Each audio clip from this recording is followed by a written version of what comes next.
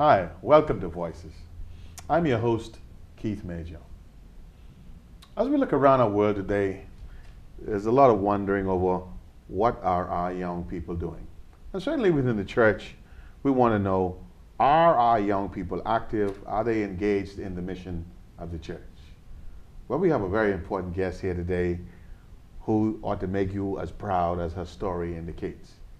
I have here in the studio with me today a very, very special lady, and her name is Paris Williams from the Blessed Hope Church in the North Bahamas Conference. Paris, welcome. Thank you.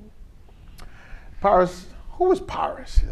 Who is Paris? Tell us a little bit about you. Where do you go to school? What do you do in church and that sort of a thing? Well, I just graduated from Bahamas Academy, the Adventist school in Grand Bahama, and I am 18 years old, and I do plan on pursuing my education as a nurse. You want to be a nurse? Yes, sir. Okay. And also, like you said, I go to the Blessed Hope Seventh-day Adventist Church. I hold numerous positions in the church, and also... Let's stop for a minute. At 18, you hold numerous positions in the church? Yes. What are some of those positions? Last year, before the election, last year I was a AY secretary, and also this year I'm a youth deaconess in the church. Youth deaconess? Yes. Okay. And you like wearing white on communion and standing up and trying to usher people in church and that sort of thing, huh? Yes. All right, great, great, great. So Paris, you were chosen by the Executive Committee of the Atlantic Caribbean Union to represent the union in OYIM. Now, what is that? What is OYIM? OYIM, 1 Year in Mission, is a program designed by the General Conference of Seventh-day Adventists to get youths more active in the mission field and to make them more interested in going out and telling others about Jesus. And also there was phase 1, which happened last year in New York at the General Conference level. Then phase 2, which was at the division level, and which was in Mexico City just a while ago. And then phase 3, which would be 2015, inside each union level. Okay. So Paris, so you were chosen. Why do you think they chose you? Why do you think they chose you? I always asked myself that question, but I'll never know the answer. Just God chose me. When they came to you and told you had been chosen, what was your reaction?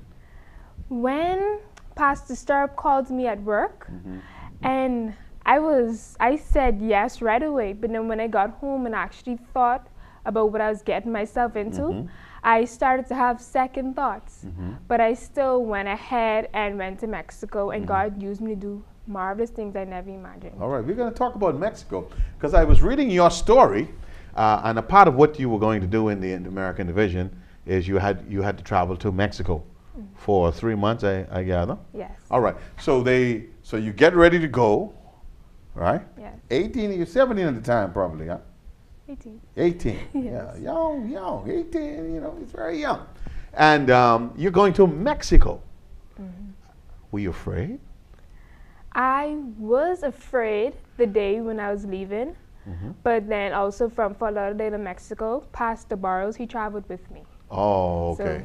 So, your Lord protector. Was he there with you for those 3 months? No, he stayed until Sunday, and then he left to go home. Okay. And reading your story, I saw where you said initially you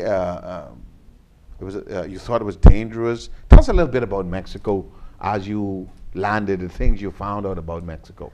Well, when I landed, we was in the city area, and I thought it was really nice, and I loved the people. Everyone was so friendly. The environment was nice and clean. But when we went to the district, I saw a different part of Mexico. Tell me about that part of Mexico. What did you see? It was like a dangerous area, and which really had me afraid. And then it was like up on a mountain. So when we would do Bible studies and things like that, we would have to walk up on the mountain every day. Walk and it was tiring. The mountain every day? Yes. Oh. Tell me a little bit here. So when they contacted you and told you you were going to be in OYIM, does that mean that they just took you, put you in Mexico, and put you out in the field and told you, get started? Or was there some sort of preparation? When we got in Mexico, the first Monday in Mexico, we started classes. And these classes taught us a lot of things such as evangelism, how to prepare a sermon, how to do Bible studies, things like that that would prepare us to go out into the community and spread the word of God effectively. You said us. How many of you were there? There was 17 foreign missionaries in the Inter-American Division, which consisted of countries such as Guadeloupe, Costa Rica, and much more. And there were 17 local missionaries who lived in Mexico. And what did they do? Patch you up with a local person? No? Most of us, all of us got patched with a local missionary. Right. And then some of us got patched with a foreign and a local, such as me. I see. So tell me, they speak Spanish in Mexico, right? Yes, they do. You speak Spanish? No. No. So tell me a little bit about that challenge there. The language barrier was one of the most challenges I faced because, of course, I don't speak Spanish and I was quite lost most of the times. But there were some people who spoke English, such as my missionary partner, and she would translate stuff for me, so I had a bit of a help. And also, I learned a lot of Spanish during the way, so it's a good opportunity. You're almost fluent in Spanish. And, and you spent 3 months there? Yes, I did. Now, you said some of the courses they taught you was evangelism. What are some of the things you learned in that course in evangelism? Well, that consisted of the Bible studies. And they showed us how to knock on the door, how to know when to go in. Like if a man answers the door, you must not go in. You must stay at the door and talk and stuff like that. And just like, for example, if you go into a lady's house and you see a picture of Mary on the wall, and obviously you will come to mind that she's a Catholic, but you wouldn't talk about your faith directly to her. You would say, oh, you believe in Mary, and then you would talk and talk and talk, and y'all two share your religion beliefs and stuff like that. So tell me, when you went, and your confidence level certainly couldn't have been very high because you didn't know what to say. Right, but this course helped to build your confidence, you would say? Yes, it did. And also in one of the classes during the week, they taught us how to do public speaking, because sometimes we will be called upon and not knowing, but you'll have to say something because you're a missionary. Oh, okay. So, and then they taught you how to do sermons. Yes, prepare a sermon. What are some of the things they told you about the sermon? Well, they said that we learn about different types of sermon, and they said that if you will take a sermon from someone, you must make it into your own. For example, like the suit you're wearing, you wouldn't take someone else's suit and just put it on. You make sure it fits you first. So you have to make the sermon fit you. And they taught us how to use scriptures to prepare the sermon, how to do an introduction and things like that. It's a year of training, emphasis. And I want to see how true this training was and what it really did in building your confidence. And you said they taught you about evangelism, they taught you about how to do a sermon, and what else? And we also learned about world vision. That's when you use scriptures to see how you view the world through the Bible. And we learned a lot during the 6 weeks. Tell me, in this, you indicated that there was the city, which was nice, and then there was a district. Where were you going to be working? In the city or in the district? Some of us got placed in the city, and some of us got placed in district areas. Okay. And I was one of those who got placed in district areas. District? Yes. And what did that do to you? Did it frighten you? Were you afraid for a while? The most part I was afraid with was how dangerous the area was. And when you say dangerous, what do you mean? Guns? Knives, drugs, what do you mean? Describe the danger. A lot of people got kidnapped in that area. And one night, me and my partner was walking to church to do our evangelistic campaign. And we saw a line of police along the store areas. And we was wondering, we asked someone who was walking by what happened. And they said that a loose gunshot hit a little boy, and that really frightened me. That made me realize that any day something could happen to me, but I still kept my trust in God, and I still kept working in that area. So did you have the internet and texting and that sort of a thing? And were you able to stay in touch with your family and that sort of a thing? The house where we stayed in, they did have internet, so I was very happy for that. Okay. So I was able to contact my friends and family at home.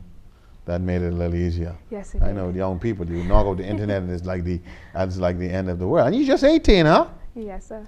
And prior to going away, did you do any of this kind of stuff in your church area? No, I never preached in my church. I never did an evangelistic campaign. I never did Bible studies in my church. So it was all new for me in a different area. Okay. And you this enhanced your belief that your nursing that you want to go into will cause you to help you to minister to people? Yes, it will. Because when I become a nurse, if I have patients, I'll just simply spread God's love to my patients. Yes. So one of the main things you were talking about in your sermons was God's love. Mostly through my sermons, my evangelistic week sermons, I talked about trusting God. My first sermon was about Job and how Job kept faith in God and never gave up on God. Ladies and gentlemen, this is our very, very special guest, Paris Williams, who represented recently at the OYIM in Mexico City, where she was for 3 months. She was our representative, and she is here to tell us a lot about exciting things about what she has done. We're going to be back in a short while in which she's going to tell us more of her experiences and really how she helped to fulfill the mission of the church. I'm your host, Keith Major. See you in a minute.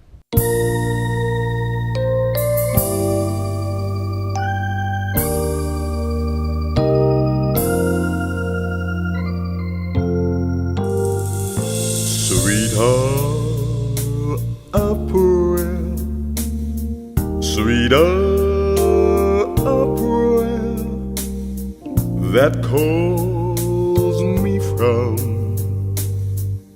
a world of care, and it bids me at my Father's throne make all my wants and my wishes known.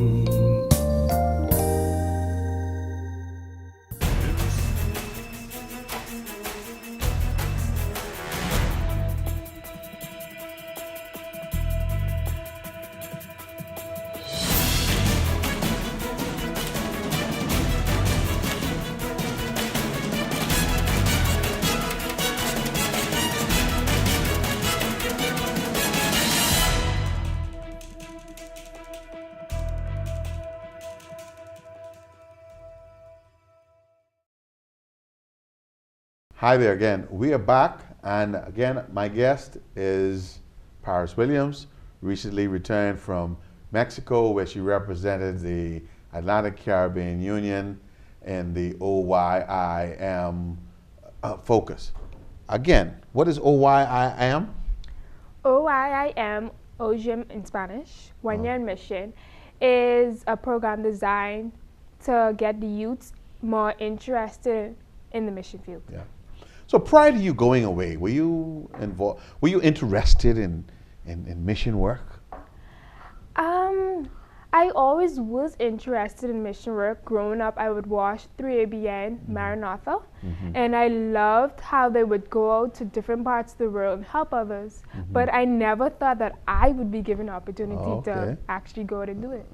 So you went out, you had 6 weeks of training in Mexico City, you got to meet everybody, you had to go out and actually do missionary work. Tell us a little bit about what is missionary work. You know, in my church, we figured as giving out handbills to people you don't feel like giving them out to when you feel like sitting down in church on a Sabbath. And what actually did you do in mission work? Well, the mission work I did for the 6 weeks after training, it was very different from what I did in my church. For example, at church we would go and knock on doors and give out pamphlets and things like that. But in Mexico, we didn't just give out pamphlets. We asked if they want Bible studies. We invited them to church. We did visitations. We did things like that with them. We didn't just give them a pamphlet. When you asked people, do they want Bible studies, did you get a lot of affirmative answers? A lot of people said no. Some didn't answer their door. Like they would see us but didn't answer the door. But quite a bit did allow us to come in their homes and did Bible studies. So you weren't discouraged with a lot of people telling you no? The first time I was discouraged, but then I remembered that God came off the cross for us. He stayed on the cross and he died for our sins. So I kept on working and working and working. That didn't discourage me after. And you're only 18, huh? You sure you're just 18, huh? I'm 18. Oh man, this is real powerful example for that there are good youth out there. So did you preach? Did you conduct a crusade or what? You just did these visitations. Did you do any of that? The first week inside the district, my partner Laura and I, we did Bible studies and visitations. Then the week after that, we realized that I wasn't able to participate much because of the language barrier. So we decided to do English classes with people in the community, and that helped us a lot. Pause. Rather than sitting and sulking over not being able to deal with a language barrier, you decided to take your lemon and make lemonade. Yes. And so you took what you knew, your English, to the community and created classes. Yes. And how did this help you in terms of mission? Well, when every time we had an English class, we would sing a song, a gospel song, and we would pray and read a scripture. And that got them interested in Jesus and the Bible and things like that. And then sometimes after classes, people wanted to do Bible studies in English and even in Spanish. And also that got them more interested in our religion, and they came out to church. And through those English classes, we was able to organize a Pathfinder group in our church. And the Pathfinder group was filled with non-Adventists. You're giving me a lot of stuff here now. You're giving me a lot of stuff here now. You were able to form a Pathfinder club. Yes, sir. In that church, filled with non-Adventists. What was the attracting power of the Pathfinder club? Why the Pathfinder club? I mean, why did you do that? Because the Pathfinder club don't just, well, when you just invite someone to church, you just sit them down and let them listen and things like that. But the Pathfinder club makes you interact with things, such as when you would go camping and when you would tie knots, and we did all that with them. And they was really excited to do it. And they actually came out to church because of Pathfinder club. Okay, and I guess some of them were able to bring their parents and... Yes, we did had 2 to 3 adults that actually came out and participate. So it was really good. Oh man, that's a great story for Pathfinders. I'm anxious to get to you preaching. We haven't reached that. Did you preach, by the way? You did? Yes, I did. Okay, so let's get to that. Did you had a crusade? You went to church? You preached? Tell me a little bit about your sermon preparation. Okay, for the first sermon I did on Monday for my evangelistic campaign, I was not prepared at all. I was so nervous because despite the fact I preached in class and did devotionals in class with my OYIM family, but I never went out to my church and preached with them. Okay. So I was really nervous. I was like, Laura, I can't do it. I can't do it. I'm too scared. Laura's my missionary partner. Okay. But she was like, Paris, just pray. You could do it. And I prayed, and then I thought about a topic. I turned my Bible to the story of Job, and I prepared my sermon. And it turned out a success. The first night, I was really touched by my own sermon. You were touched by your own sermon? Yes. Powerful. I was, and afterwards, a lady came to me, and she started just cry on my shoulders. She didn't say nothing why. She didn't say nothing.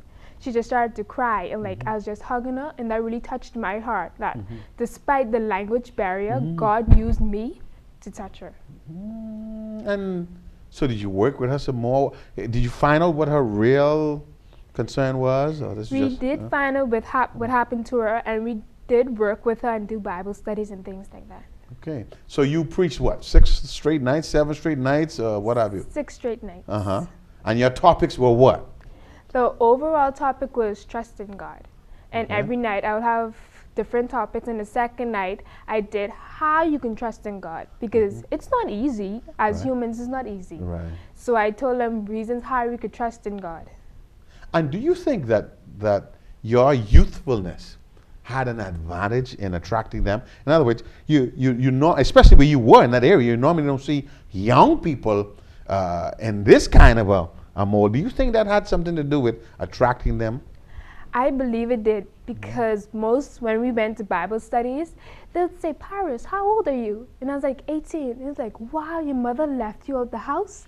I was like, yes. Yeah. And then they were so amazed at my age and what I was doing for God. And that really amazed them. And we have to pause there. We have to pause there. They were amazed at what you were doing for God because of your age. Yes. That's it. That's the most powerful testimony for youth. And I think if for no other reason, that alone makes it worthwhile. You haven't gone away, because it fulfills the mission. The church wants to get young people more involved in the mission, and by being young, you were able to attract. Yes, I was. So, was there a baptism or anything, or you have to go back for that, or what? During my evangelistic campaign, the pastor wasn't present for that week due to reasons. So we was not able to do baptism. However, when I did do an altar call, people did come up, and we were working with them until the pastor came. Let's get into that altar call. You know, I do some preaching, and I'm always afraid to do an altar call. And many of my friends who preach are afraid to do an altar call. And I guess it's because you're afraid that none will come up. What do you think was the secret to your altar call having the success that it has? The training? What was it? I really don't know what was the secret, but like you said, I was afraid that no one would come up. But I prayed to God, and like always, God used me to touch His people. And when I did the altar call, after I did it, I'll say, now we will sing, I Surrender All. And as we sing the song, I saw people come up, and I really touched my heart. Throughout this interview, you kept saying when you ran into trouble, you prayed, you trusted in God. Where did this faith and trust come from that you have? Well, as growing up, I grew up in an Adventist church. So I always knew to pray and trust in God no matter what the situation may be. But the first Sabbath in Mexico, we had a spiritual retreat which was dedicated to prayer. And we just did numerous activities on prayer, and I remembered that. And remember that no matter what may come my way, no matter what trials or tribulations I may face, that when I pray, God is always there to answer my prayers. Okay, and you believe in that? I do. Tell me, are you study the Bible every day? You read, and what's your prayer life like? I do pray every day, and I do read my quarterly every day. And I try my best to read the Bible, like a chapter every day. Yes. Okay, this just fascinates me. You know, your age and you're from North Bahamas Conference. It's really, really, really, really exciting. So you've been to Mexico. You did your preparation, but this is not just an exercise. This is not just a free trip. You had to do some assignments. Tell me about those assignments, post and pre. The first assignment they gave us was to prepare an article. And in that article, they would pick one, and it will go into the magazine for the Inter-American Division. And the second assignment was to prepare a sermon for Guatemala, to prepare people for Guatemala. Prepare people for Guatemala. Why Guatemala? Explain. Yeah. Because Guatemala is where Youth Congress will be this year. Oh, okay. Yes. Okay. And and whoever won it, I guess, would get a trip to Guatemala, or what? No? Actually, all the OYIM in the Yes. Inter-American Division, we are going to Guatemala. You will be going to Guatemala. Yes. Oh, We'll leave from the 20th to go on a mission trip. Uh-huh. And then from the Guatemala Youth Congress starts the 29th. So your mission trip is going to be in Guatemala. Yes. And you're going with much more confidence nowadays. Yes, and much more Spanish. Oh, wow. She's so engaging, such a wonderful interview. I don't want to end the interview. I hope you give us some extra time. And so now, here we go. Paris, tell me, there are some post things that you have to do. Some assignments, some other assignments. Am I correct? And for OYIM. Yes. You have to do some reports, or what are they? Well, apart from the article and the sermon, we have to prepare OYIM in our own union. So that means me, along with Pastor Burrows and Pastor Starp, we will be preparing OYIM Atlantic Caribbean Union in 2015. And you'll be involved in the planning of this. Yes, I So will. how is this going to work? I mean, where is it? I guess you may not know where it is, but you will be involved in this, and you will be trying to get other young people like you to do what you did Yes. for the same period of time. Yes, sir. And do you know which field you're going to go in? The mission field. Yeah, I mean, where? I mean, which one of the countries? Oh, Do you know? No, we all haven't of them. started planning as yet. Oh. But all the countries, such as Grand Bahama, Andros, Abaco, all those Islands, yes. we will come together and have OYIM in one place. And you have to be young like you. You can't be my age. Because I'm excited. I want to get on the trip. I want to see you up front and in person. You know, just to. I'll tell you. Did you imagine you would see the results that you see when you perform, like in a crusade or whatever? Yeah. No. The first week I got in Mexico, I arrived in Mexico, I was really scared because all the other members, they had degrees, they already finished college. Some was preparing for marriage, some started college already, but I was the only one with just a high school diploma. Okay. And that really made me wonder. But then after the program, I realized that despite all that they had, God still used me with a high school diploma to do much work. Yes, I am amazed myself. I am amazed. And so you came back home. Was there a big gathering at the airport? Did Pastor Burrows organize a what you call that again now? A bunch of cars to ride along? Or was it just a quiet? What happened when you returned? When I returned back home in Grand Bahama, I arrived to everyone at the airport. My pastor, Pastor Macmillan and his wife, my youth pastor, Pastor Starp and his wife, the president of our conference, Pastor Tinker, my family, my friends, all was at the airport to greet me. And that really made me feel at home. Oh, what a feeling, huh? Yes. And you'd love to do that again, wouldn't you? I will, yes. Oh, man. What an interview. Powers, listen, I want to steal you. I want to keep you out here. You're just doing wonderful. Please protect this young lady. She is going to go places. You're going to do a whole lot of great things. And that experience that you had in Mexico, an experience you're going to get in Guatemala, is it? You can't pay for that. So tell me something. Certainly you look around, you see the youth around you here. You saw some in Mexico. What do you think is the solution for our problems? Why to get youth more interested in what you're doing? Well, the solution that would come to my mind what made me more interested is that despite the fact that I only had a high school diploma, but Pastor Burrows and Pastor Starp still called me up out of everyone in the Atlantic Caribbean Union to represent them. And I believe that just make the young people feel like they're a part of something, that they are special, and they would want to do good work for God. Oh, wow. Ladies and gentlemen, believe it or not, we've come to the end of our program. One of the most enjoyable interviews I've ever done. Really great hope for young people. 18 years old. High school diploma in the deep mountains of Mexico, walking up tired every day, but producing for God. My guest has been Paris Williams of the North Bahamas Conference and Blessed Hope Seventh-day Adventist Church, where Pastor W.R. McMillan and his wonderful wife lead out there for us.